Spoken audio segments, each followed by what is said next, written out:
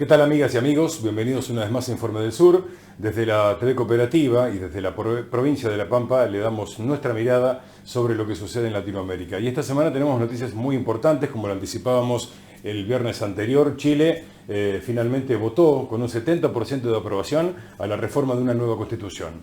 Vamos a ver ahora y repasar un poco qué sucedió desde el primer puntapié que dieron aquel 14 de octubre de 2019 los estudiantes cuando aumentó el boleto de subte hasta la decisión de Piñera de llamar a este plebiscito.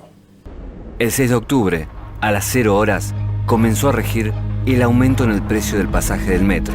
Los primeros en protestar son estudiantes. Así se manifestaban, y en su mayoría son mujeres. Las movilizaciones explotan. Las protestas por el aumento del precio del metro derivan en choques entre manifestantes y policía antimotines en Santiago. Al 18 de octubre, 136 estaciones que integran la red del metro sufren ataques. Al menos 16 buses son incendiados en las calles. Grupos de manifestantes prenden fuego también el edificio de la compañía eléctrica Enel y una sucursal del Banco de Chile. Al día siguiente, el presidente de Chile, Sebastián Piñera, decreta estado de emergencia en las provincias de Santiago y Chacabuco. Piñera deja sin efecto el aumento del precio del metro y llama al diálogo. Vamos a suspender el alza de los pasajes del metro. Pero el diálogo viene con toque de queda. He tomado la decisión de decretar la suspensión de libertades personales, de movimiento, a través de un toque de queda total en las provincias de Santiago, Chacabuco y comunas de Puente Alto y San Bernardo. Se registran movilizaciones e incendios contra el gobierno en otras ciudades. Las autoridades informan que se efectúan más de 300 arrestos. El número oficial de heridos es de 156 policías y 11 civiles. Se producen las primeras muertes. El 20 de octubre, el Congreso ratifica la suspensión. El presidente Piñera da un nuevo discurso y habla de una guerra. Estamos en guerra contra un enemigo poderoso, implacable, que no respeta a nada ni a nadie. Ese día encontraron a Daniela Carrasco, de 36 años, colgada de una reja de un parque. Era una artista callejera y le decían la Mimo. Testigos vieron cómo era detenida por carabineros la noche anterior. El 21 de octubre se suspenden las clases en casi todas las escuelas y universidades de la capital. Las manifestaciones se reanudan al grito de militares afuera y no estamos en guerra. Mientras tanto, en esa noche, desde el balcón de un edificio de Santiago, una mujer cantó Te recuerdo Amanda, de Víctor Jara, asesinado durante la dictadura chilena de Augusto Pinochet. Esto pasaba al final. El 22 de octubre se anuncia el paquete de medidas sociales, alza de las pensiones más bajas y congelamiento de tarifas de electricidad. Pero persiste el descontento. Los principales sindicatos y movimientos sociales del país llaman a una huelga general. El 24 de octubre, el Instituto Nacional de Derechos Humanos hace un balance que arroja como resultado que 18 personas resultaron muertas, entre ellas un niño de 4 años. 535 resultaron heridas y se realizaron 2.410 detenciones.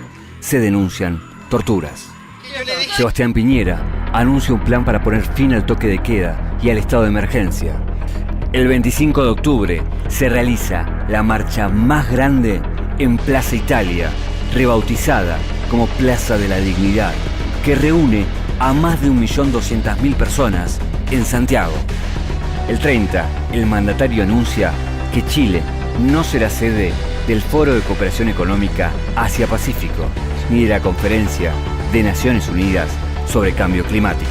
El 31, el presidente visita a carabineros heridos. El 2 de noviembre, el Instituto Nacional de Derechos Humanos dice que ha presentado 132 acciones judiciales por torturas y cifra en 4.316 personas detenidas tras el estallido social. El 12 de noviembre, el presidente Piñera anuncia un acuerdo por una nueva constitución. Que vivan los estudiantes, jardín de nuestra alegría.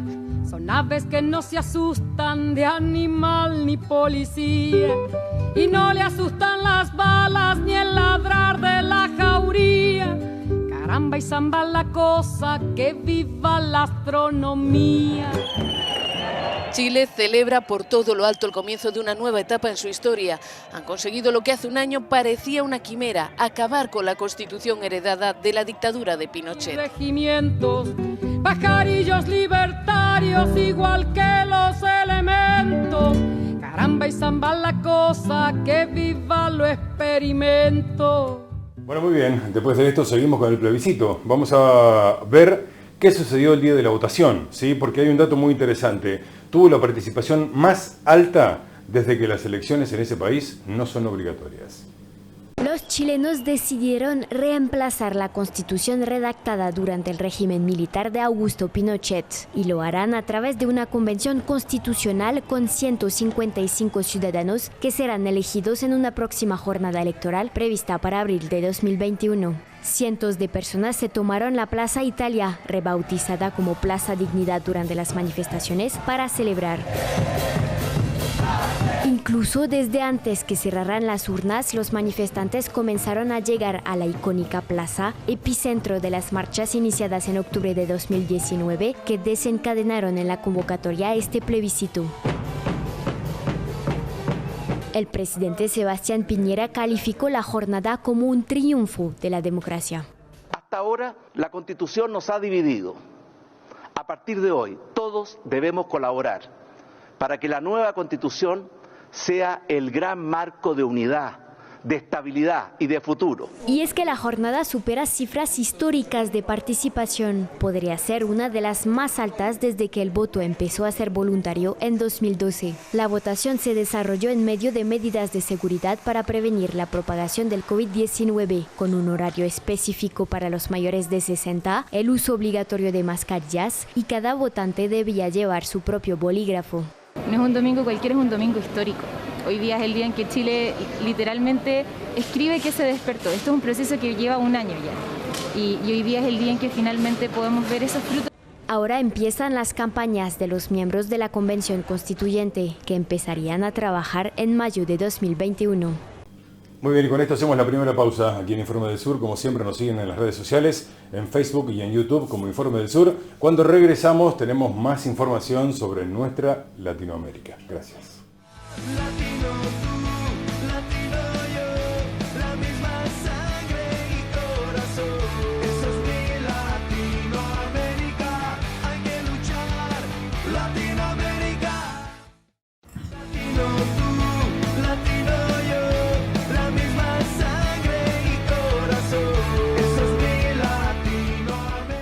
Continuamos aquí en Informe del Sur. Se concretó finalmente el seminario sobre los corredores bioceánicos de la Patagonia. Contó con más de 20 expositores. Por la provincia de La Pampa tenía que exponer el vicegobernador, doctor Mariano Fernández, pero finalmente no pudo, así que en su reemplazo el expositor fue el parlamentario del Mercosur por nuestra provincia, Nelson Nicoletti. Me correspondía decir estas palabras. Me correspondía decir estas palabras para justificar la ausencia del vicegobernador de la provincia de La Pampa, el doctor Mariano Fernández, quien tenía a su cargo esta exposición. Una sorpresiva situación ocurrida ayer tarde como consecuencia de la pandemia lo recluyó al doctor Fernández y naturalmente accedimos y entendemos que se ocupe de su familia. El doctor Fernández, nuestro vice, ha sido encomendado hace mucho tiempo por nuestro gobernador Sergio Silioto para que promueva y se eche al hombro esta parte de la integración que tiene que ver con nuestra aspiración a tener un paso al Pacífico vía Chile, que nosotros lo denominamos el Paso Pehuenche. De hecho, el año pasado, el vicegobernador Fernández estuvo en Montevideo para defender en la Comisión de Infraestructura un proyecto nuestro para declarar de interés este paso. Es un placer escuchar durante este seminario a tantos expositores brindando con tanto detalle las inmensas posibilidades que ofrece cada provincia para soñar con un corredor bioceánico, patagónico, e incluso más de uno. La Pampa tenemos la particularidad que no tenemos frontera con Chile, ni que tampoco tenemos el Atlántico. Somos absolutamente una extensa provincia territorial y mediterránea. Pero desde esa puerta a la Patagonia queremos también formar parte de este sueño común de todos quienes han hablado por cada una de las provincias. La verdad, en una muestra de excelencia acerca de las posibilidades de cada provincia. Y acá quiero, para ser bien breve como me correspondía, rescatar que este seminario, impulsado por el Parlasur, motorizado por las inquietudes de nosotros, los parlamentarios de la Patagonia, tiene como objeto reclamarle a los centros financieros, a los centros de poder, a los diseñadores de corredores bioceánicos, reclamarles que tengan en cuenta para esas decisiones de alta geopolítica con fuerte financiación, que tengan en cuenta estas opiniones, las que hemos escuchado durante todo el día aquí, que realmente enriquecen la oferta que la Patagonia puede ofrecer a un proyecto o más de uno de corredor bioceánico. Así que reitero las excusas por la ausencia del vicegobernador y el saludo muy grande del gobernador Silioto al Parlasur, a los expositores, a sus colegas que han estado aquí hoy presentes. Y de mi parte, también mis excusas por mis dificultades para expresarme. Muchas gracias. Y aún siguen las repercusiones sobre las elecciones en Bolivia. Concretamente, México pidió la renuncia de Almagro, el secretario de la OEA, por sus polémicas acciones y también declaraciones, ¿sí?, sobre las elecciones llevadas a cabo en 2019 en el país de Bolivia. México denunció ante la Asamblea General de la Organización de Estados Americanos, OEA, al secretario de la misma, el uruguayo Luis Almagro, por ser el promotor de un informe manipulado para propiciar el golpe de Estado en Bolivia en octubre de 2019, causando derramamiento de sangre del pueblo boliviano. Nunca hubo fraude en Bolivia en el 2019 y quedó demostrado con el resultado de las elecciones del domingo pasado, expresó el representante de México, quien puso en tela de juicio la labor del secretario general de la OEA y le sugirió que se someta a una autocrítica y reflexión para determinar si aún cuenta con la autoridad moral necesaria para encabezar el organismo. Maximiliano Reyes, subsecretario para América Latina y el Caribe del Gobierno de México, dijo en su discurso que durante las elecciones presidenciales de Bolivia de 2019, el secretario general de la organización utilizó de manera facciosa a la misión de observación electoral para denunciar prematuramente un supuesto fraude que nunca existió ante el triunfo de Evo Morales. Este uso faccioso generó inestabilidad, violencia y desorden constitucional en Bolivia y creó un entorno internacional de confrontación. La Secretaría General no está para calificar elecciones o gobiernos, dijo Reyes. Expresó que no es ajeno para México que en el hemisferio existan dificultades en el diálogo político que han detenido avances importantes en numerosos temas y señaló que su país siempre defenderá a los principios de no intervención, de autodeterminación de los pueblos, de solución pacífica de las controversias y de respeto y protección y promoción de los derechos humanos. Por su parte, el canciller argentino Felipe Solá también cuestionó a Almagro al exigir que debe actuar en concordancia con la acción de los órganos políticos del organismo internacional que preside para promover las relaciones económicas, políticas, culturales y jurídicas. Para la Argentina, Almagro no cumple con ese mandato ya que se opta por posiciones personales que terminan alimentando el problema al que se debe solucionar. Los cuestionamientos están relacionados con la decisión de Almagro de avanzar una vez más en una resolución que denuncia la carencia de condiciones democráticas mínimas para garantizar elecciones libres, justas y transparentes en Venezuela. La OEA debe ser garante de la paz y la contención, nunca juez o gendarme político, dijo Solá, quien remarcó que desde hace tiempo somos testigos de la división que se busca imponer en América Latina alrededor de lo que cada país piensa sobre Venezuela y se dejan postergados temas de integración o desarrollo.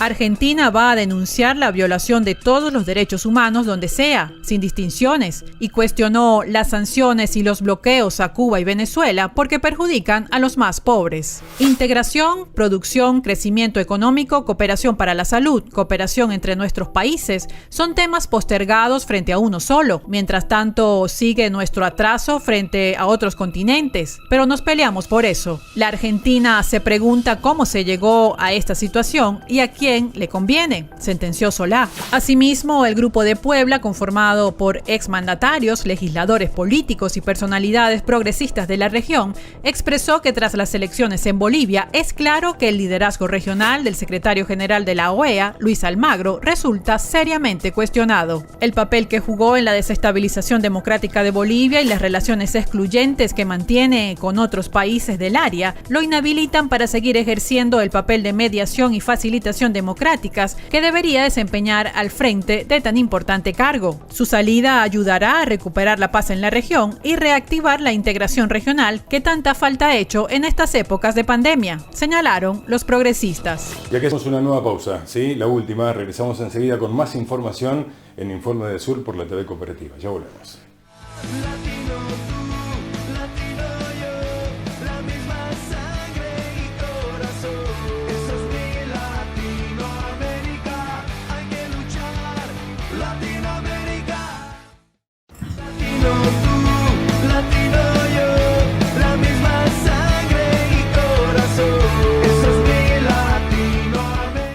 Continuamos en Informe del Sur con más información. Hablamos sobre lo que sucede en Honduras, donde una vez más la migración es criminalizada.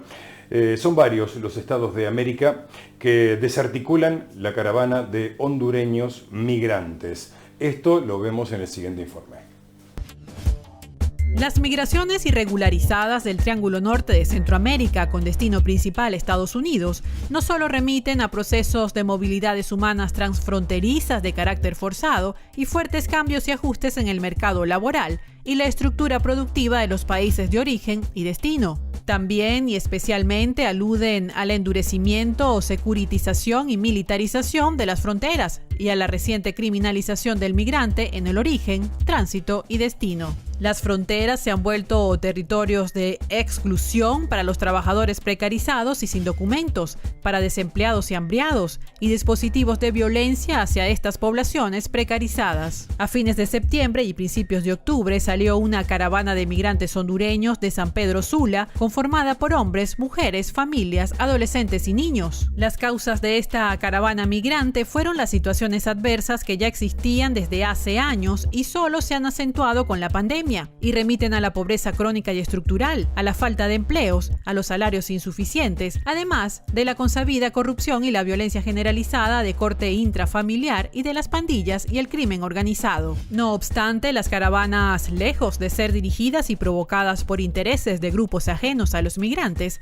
como ha resonado en diversos medios, han sido estrategias y acciones colectivas que, con cierto grado de improvisación, espontaneidad y mediante diversas prácticas como caminar en grupo, pernoctar unidos, realizar asambleas recurrentes y generar comisiones temporales, han intentado tener trayectorias migratorias más seguras. La visibilidad de la caravana ha sido una forma de protección frente a diversos actores sociales e institucionales que los agreden, como el crimen organizado, las pandillas y las autoridades. Sin embargo, la respuesta de diversos gobiernos de la región de Centro y Norteamérica fue detener y desarticular esta nueva caravana en el contexto de la pandemia de la COVID-19 y bajo supuestos argumentos de emergencia sanitaria y de condiciones de irregularidad migratoria. No obstante, para entender los procesos de cierre y securitización de fronteras en Centroamérica, es necesario tener en cuenta el gran peso del asimétrico contexto geopolítico intrarregional, donde Estados Unidos hace prevalecer e impone sus intereses y agenda migratoria racista.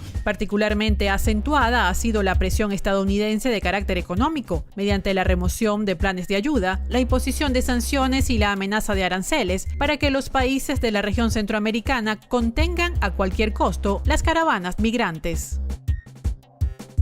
Muy bien, continuamos. Se cumplió un nuevo aniversario, el 10º, de la muerte del expresidente Néstor Kirchner. Aquí en Informe del Sur lo homenajeamos y por supuesto lo recordamos por lo que él soñó, la integridad, la gran integridad de América Latina.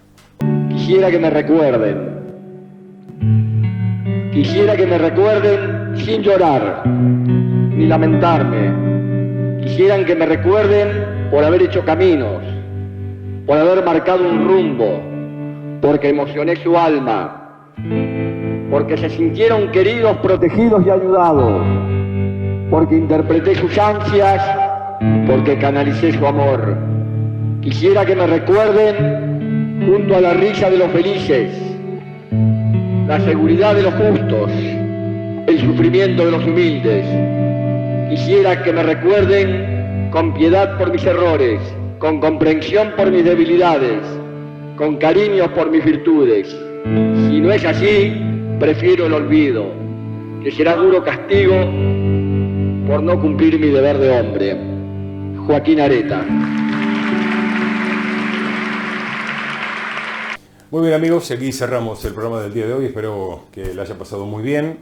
Nosotros les agradecemos profundamente y les comentamos que el viernes que viene nos volvemos a encontrar aquí en la TV Cooperativa para contarle lo importante que sucede en nuestra Latinoamérica. Muchas gracias y hasta la semana que viene. Silencio, firmaron un acuerdo, escondieron documentos. Dime tú quién es violento, mientras nuestros muertos sin justicia ni presos. Vamos a quebrar silencio y la vida alzaremos. Rebelión de octubre, nuestra